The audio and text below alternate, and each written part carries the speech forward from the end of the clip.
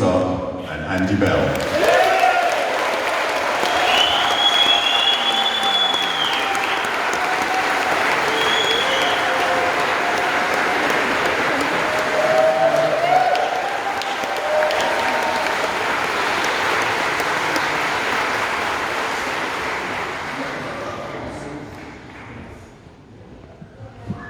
Hello, chaps.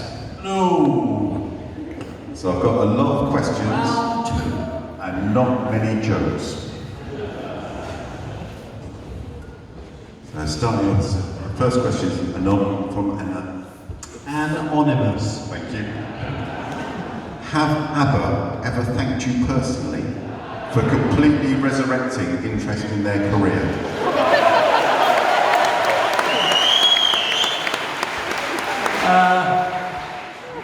Well, apart from at the time, after it came out, we did get a letter from their accountants saying where are the receipts for the music they made. That's true.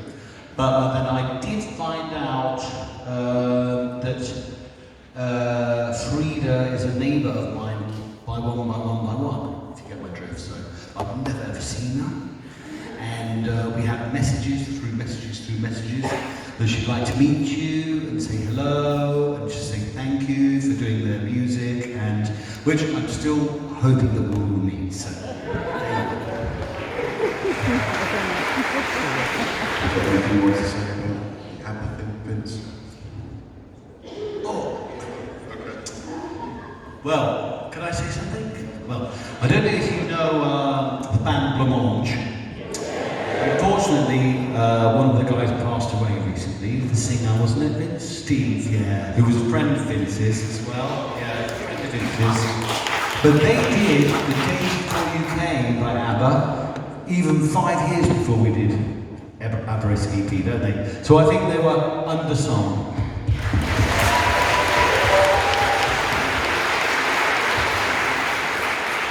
Part two to that question is, have you ever been to see ABBA Voyage? And I know that Andy has. What did you think? I think for the first 2 times I was really gobsmacked. It was like having an alien encounter.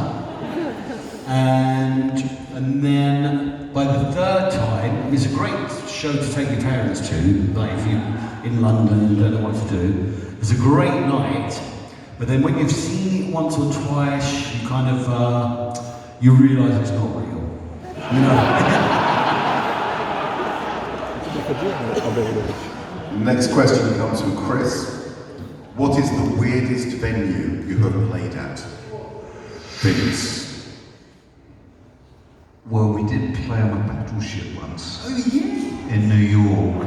And it was quite interesting because John Bon Jovi, as a solo artist, was also playing, and so we were supposed to be the main act, and then he just turned out to be the main act, and he wouldn't get off the stage. We were the main act on that boat. I think it was Duran Duran, Bon Jovi. It was John Bon Jovi. Yeah. I'm sure it was the same ship, Vince, where Vince did her share. With that big thing between the legs, what's it called? Oh my god, that was so bad. Battleship, not Galactica. It was the one that was parked near New York Harbour. If I could turn back time. Was that?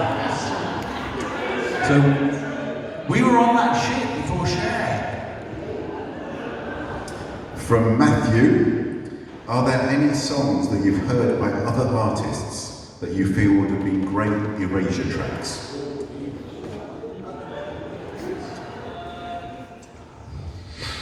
I think Never-Ending Stories. Yeah!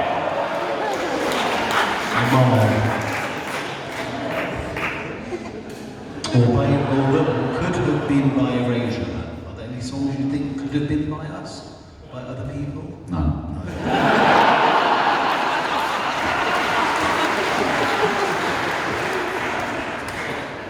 This is from Jason.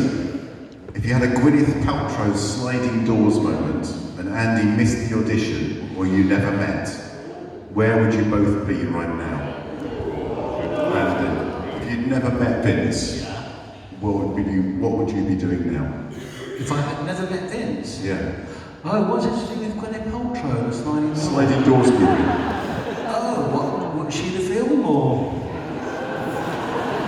Well, That was a way too long introduction. Yeah. You should have said, Andy, what would you be doing? I mean- Had you not met me? she used to go out with Jude Law, didn't she? Did she? Did she?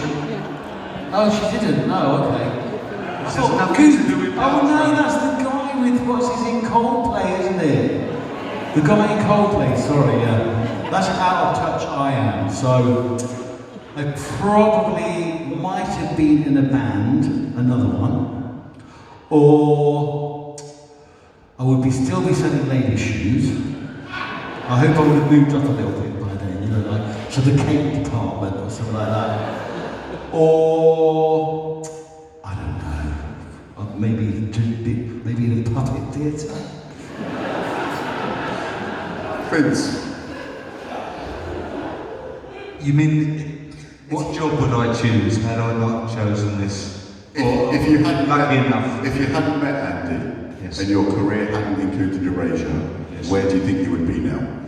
Well, I'd probably be scraping livings, making music for commercials or something. Or Well, I've always wanted to be a truck driver. Always. Because I have This is one for you, Vince. It's anonymous, probably for good reason. Vince, do you miss Basildon, and are you in touch with Alison Moyet? No and no. From Teresa, this is for you, Andy. Are you aware of how much of an impact you being an out gay man has been for so many of us at a time when it was really not okay to be out and visible?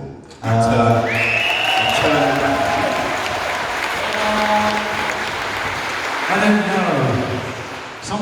Sometimes it feels like a bit of a dilemma, you know, because it kind of feels a bit old-fashioned to say that you're out gay, kind of. Well, that's what we're told anyway. And it's a shame that people have to identify themselves in the first place anyway, because who gives a shit, you know, what you're doing?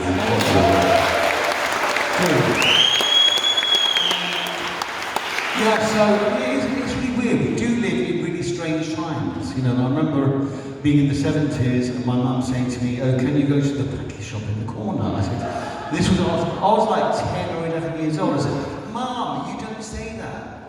It's like, how did I know that you don't say that? Because I knew it felt wrong. And it's like, and in some ways, I don't feel responsible for the PC kind of language or anything, but we were just all born into it. We're all part of it. So they can't turn around and suddenly say, "Oh, you're woke." You know? Does that answer anything? I'm not sure. I think that deserves a round of applause.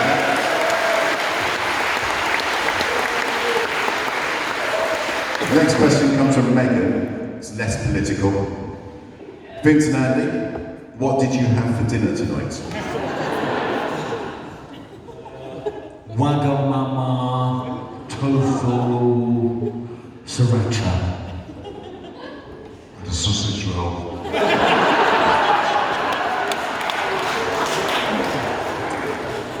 Livy asks, who is your favourite, Sooty or Sweep? She also said this is great. Well, Livy says, in case this helps, my hero is Sweep. I went to see him live, but I was heartbroken as I didn't get to meet and greet Sweep because he'd been naughty. Well, I'm sorry, Livy. why can't Sooty and Sweet play Glastonbury? That's what I want to know. And another thing, do you remember, Vince, when we were flying to Japan or Korea or something like that, and me and Vince were in hysterics, trying to explain to this interviewer who Sooty and Sweet was. Remember? And we're trying to explain to her without speaking Korean that how Sweet talked. and then translated city. And then city go, sweet talk. Go, This is going absolutely nowhere. sweet, yeah, that's what he said. I think we're just going to go sooty and sweet. Go, Sue. Oh, I love Sue. I like Mimi. Mimi's wrong. Fifi. Kiki. Vincent Andy, EE something. have you ever written a lyric that's too controversial and you've had to change? It's just, I say some stupid shit every single day, so yeah, I don't think I could ever put in a lyric because I don't know. No, we've written some pretty bland lyrics. Yeah. That definitely don't deserve to be broadcasted. It's very difficult not to put the word love in a song, isn't it? Yes. Yeah. In fact, it's like you feel shit for doing it, but you just can't help it. It's just like, Yeah. Oh, you're a boy in love. huh? Yeah. You're constantly in love. What am I supposed to do? What's a boy supposed to do? So we've come to a joke, and because the idea of doing the jokes came from Vince and Andy, Vince said he would like to read the jokes. So I'm going to pass this to you, Vince. See, he's got It's a joke, I'm not judging you. he's got 20/20 vision. Can you believe it? Some of your jokes, by the way, were absolutely filthy. What's the joke? Where? Oh, right, okay. How do you keep an idiot in suspense? I'll tell you next week. He's here all week. Fantastic, thank you so much.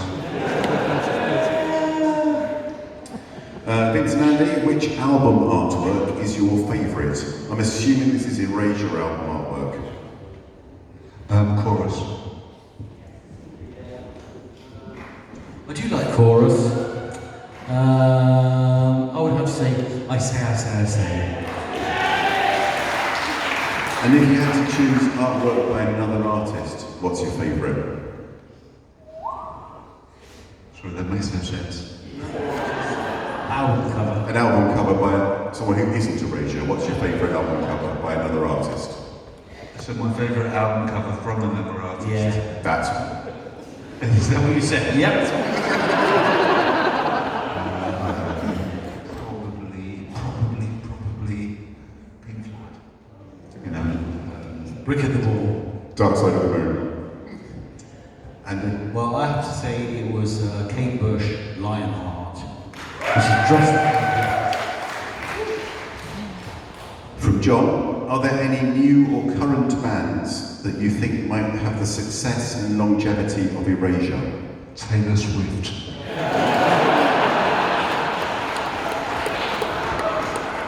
I have no clue. For Vince, from Joe. Vince, what makes you want to take on a remix commission? Is it record label pressure, someone badgering you? How do you decide? When I do a remix, it's really based on, I think, well, I can maybe, do something interesting here, or help it, or I see something that's different. It's no point in doing a remix for me, in just, doing a better version of what's there is already. So you go, okay, I can see this in different routes. Like similar to when I did your the remix for you guys. It was like, because Andy presented me with this track from his new album, and it was a dance track. And I'm thinking, I think it doesn't need to be a dance track necessarily. I don't want to necessarily do a better dance track. I want to do something that's different. So, if you can contribute something to the project, then that's what makes me decide. And also the massive fucking fee.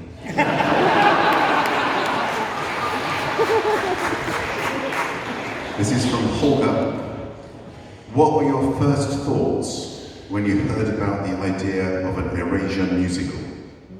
Andy, you start. First thoughts. Well, I've always disliked the idea of jukebox musicals, you know, when they do just like all the hits and set things.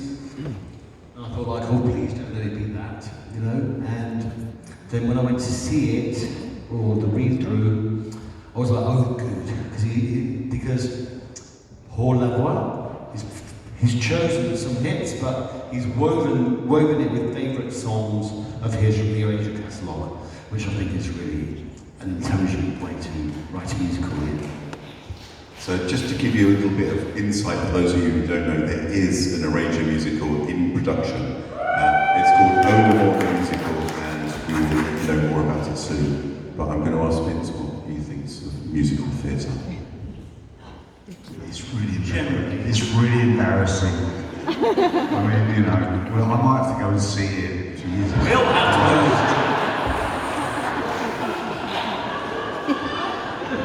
go. Question for you, Andy, from Dean. When supporting Bowie, someone threw an apple at Andy. He caught the apple, took a bite, and said, "Merci beaucoup," and then bowed. Yeah. Is that true? It's true, yeah. I mean, it was in, so we've supported him twice now, haven't we? We did, I think, a few shows in South America. Oh, yeah. Because the second show, or the second time in South America, was called the Save the Earth show or something, Save the Planet show. But it was sponsored by toothpaste and, what was it, water, wasn't it? Yeah, so basically everybody in the venue, there was 50,000 Yeah, people there. they all And threw- they all got a free sample of toothpaste. Yeah. And they were listening to a lot of bands. It was all day long. Yeah. Local bands, and then we were the band before Bowie came on, and they decided at that point they'd had enough, and they wanted to see Bowie, and so we got rained on by these mini cleans, toothpastes, and that is going like this. And we're all fighting these toothpastes. You know, you carried on, man. You soldiered on. Not one thing hit me. I think I had a force field around me. And then by the time it was time but Vince was saying, come off. I was like, no. And by the time it was time for us to go off, I just went right to the front and said, give a little respect!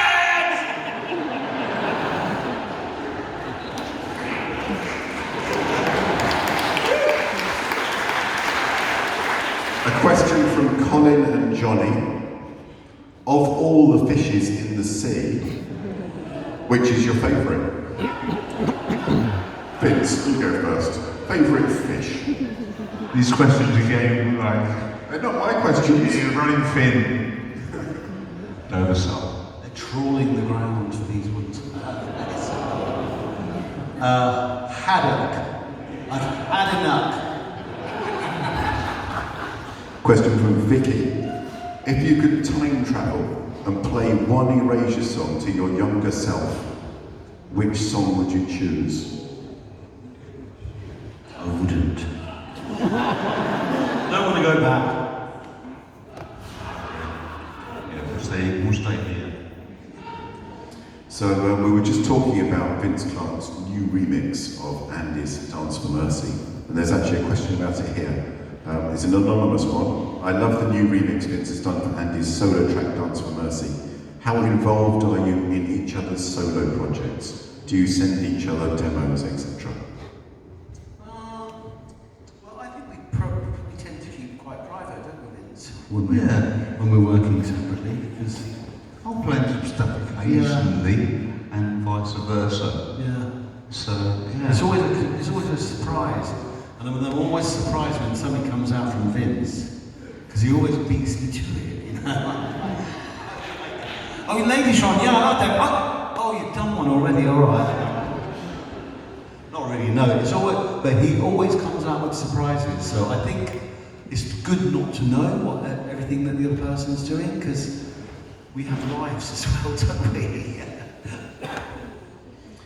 Millie writes, this is my first ever Erasure show. I'm very excited to be here. Her question is, what is your favourite outfit or costume that if you have worn? My favourite, Well, I have to say it's a Jean-Paul Gaultier rhinestone cowboy outfit.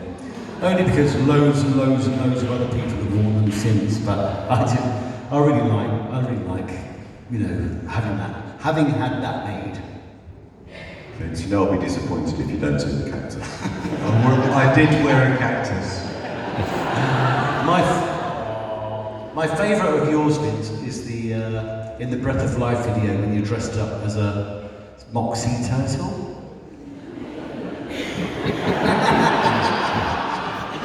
So not much to really dress up as. It was just the moxie turtle. With the shell on your back?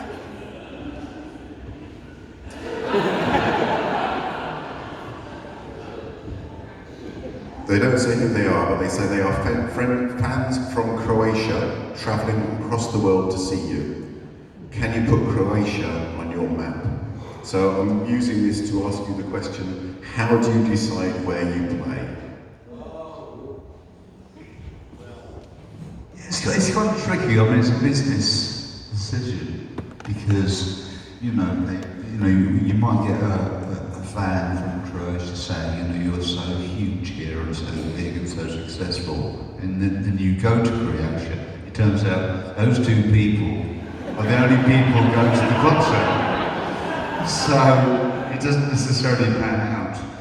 So I mean, it's all super business oriented and organised and boring. From Sarah, when it comes to writing, do you set time and work even if you're not in the mood? And if you do, does the music sound different from the spontaneous songs? I don't think there's any such thing as a spontaneous song, is there? I mean, because we have a writing period when we've said we're going to write then and then and then and then. I don't think we've been in a hotel and we say let's write a song before. Yeah, but then also what we do is the spontaneity happens. Yeah. So we'll be, for instance, Andy came to San Diego for a while, where I live, and we sat around the piano, and then there was this moment. Oh, that's pretty good. Yeah. I mean, that's pretty good. Let's record that. That sounds like it might be a song. And that's just the spontaneity. You never ever know, if something's really boring, you're not going to put it on tape. Yeah. Yeah. What Andy and I have learned over the years, because we've been writing together for so long, is that I think we're really good at is saying, well, that's shit. Just rejecting stuff, and you go, what ends up being, on an album perhaps, is the good shit.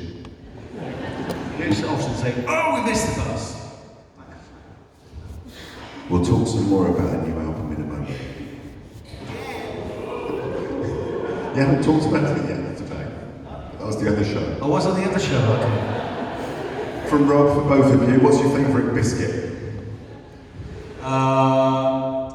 Bourbon chocolate. Oh, shortbread. Andy, do you still have the red shoes from the Phantasmagorical tour? I think I have one of the shoes. I'm not sure what happened to the other one. Funnily enough, I have Have one you of got the it? shoes. Have you? You gave it to me. Oh, did I? Oh, that's the only one then. I said I haven't got one. So we're looking for someone with one leg. So we have to fold the shoes in half and then take them back again and then draw a pattern around it. Maybe. The other shoe. Teresa asks, how have you stayed so humble with all the success that you've had? Well, You're so fucking modest. me humble. That's what Teresa thinks. He taught me. Anonymous question, what's your favourite dinosaur? Oh, come on. Stegosaurus. It has to be Brontosaurus. Stegosaurus Rex. Brontosaurus. feels like things are disintegrating. Yeah, sorry. So we talked a little bit about the new album.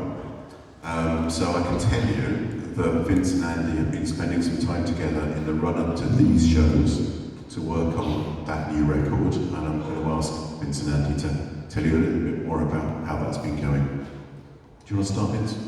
Sure, yeah. So Andy and I, Andy came to San Diego, where I live, and we spent a week or week and a half to do some writing around my piano, which we did. Andy recorded. This is the way it works, right? It's really stupid, but basically, I sit around that playing chords. They all sing something, and then we record it on the piano. And we record it on his phone, and I said, Andy, can you email that to me? Do something else. Yeah. And then we move on. So we did that for like 6 or 7 days. Got, maybe 4 or 5 tunes out of it, I think. And then I went to Spain, and he has a place there, and did the same thing with him recording. He's the technical, he was the actual, the recording engineer, which is so weird. It's funny though, because Vince is like, he can do everything, but because it's in his new house, like everything's brand new, so all he's setting up, it's just been moved in, and we're like sitting by the TV, writing songs on the guitar. We're right by the TV, and I'm like, oh, how's it work? The TV goes, I don't know. So he puts on like pictures on the TV, the background pictures when it's sort of slowly moving. He goes, oh no, that's all right. Oh, that's fine. Like it's a channel. So we just sit there writing songs with this TV in the background on the sofa, and then write till we think we've got like, oh, that sounds like a good bit. Yeah. And it's like doing a jigsaw puzzle. It's a real jigsaw. So we don't record like whole songs. We're recording segments. You go, that would be a chorus. That would be quite good. And then Vince will take them away, and he might use one bit from one song, one bit from another song, and one bit from another song, and put them all together. I'm like, I don't recognise that at all. Shocker. No, but it is, having said that, I mean, I love doing it. I mean, for me, in our work that we do, that is the most thrilling part of the whole thing. It's like, you go, fuck me, where'd that come from? That's quite good, actually. And then you record it, no one else likes it, but what the hell? Andy, are you able to give us a little bit of an idea of the sort of the mood or the groove of this album? Don't say mid-tempo. I'm not going to say that. We were talking a lot around the table and reminiscing and having drinks and things like that. We said that, who's the most favourite people in the world that you like? And I was thinking like, well, I actually like Elizabeth Fraser from 4 AD, I'm floating on this distant tomorrow after time. So we thought, let's do something a bit like that, didn't we? So we were looking all through like Jeff Buckley, his family tree, folk singers, all these different people. So when you're talking about all these people, and then you go into the room to write a song, there's this sort of sense of that they're hanging around, these people, and you kind of invoked them. So I don't know if that's going to lend itself to the music or not, but you just have to see it it's finished, when it's finished. So the bottom line is, there's a work in progress. Obviously. We will tell you more about it as it develops. So I told you that there was like 400 million questions here, but 399,999 of them are about the possibility of a tour. So a tour will come on the back of an album, we hope. So the album needs to come first, and we'll tell you about the tour after that. And on that note, I'm going to send Vince and Andy back to get themselves mic'd up so that they can play you some more music. Thank you very much, Vince.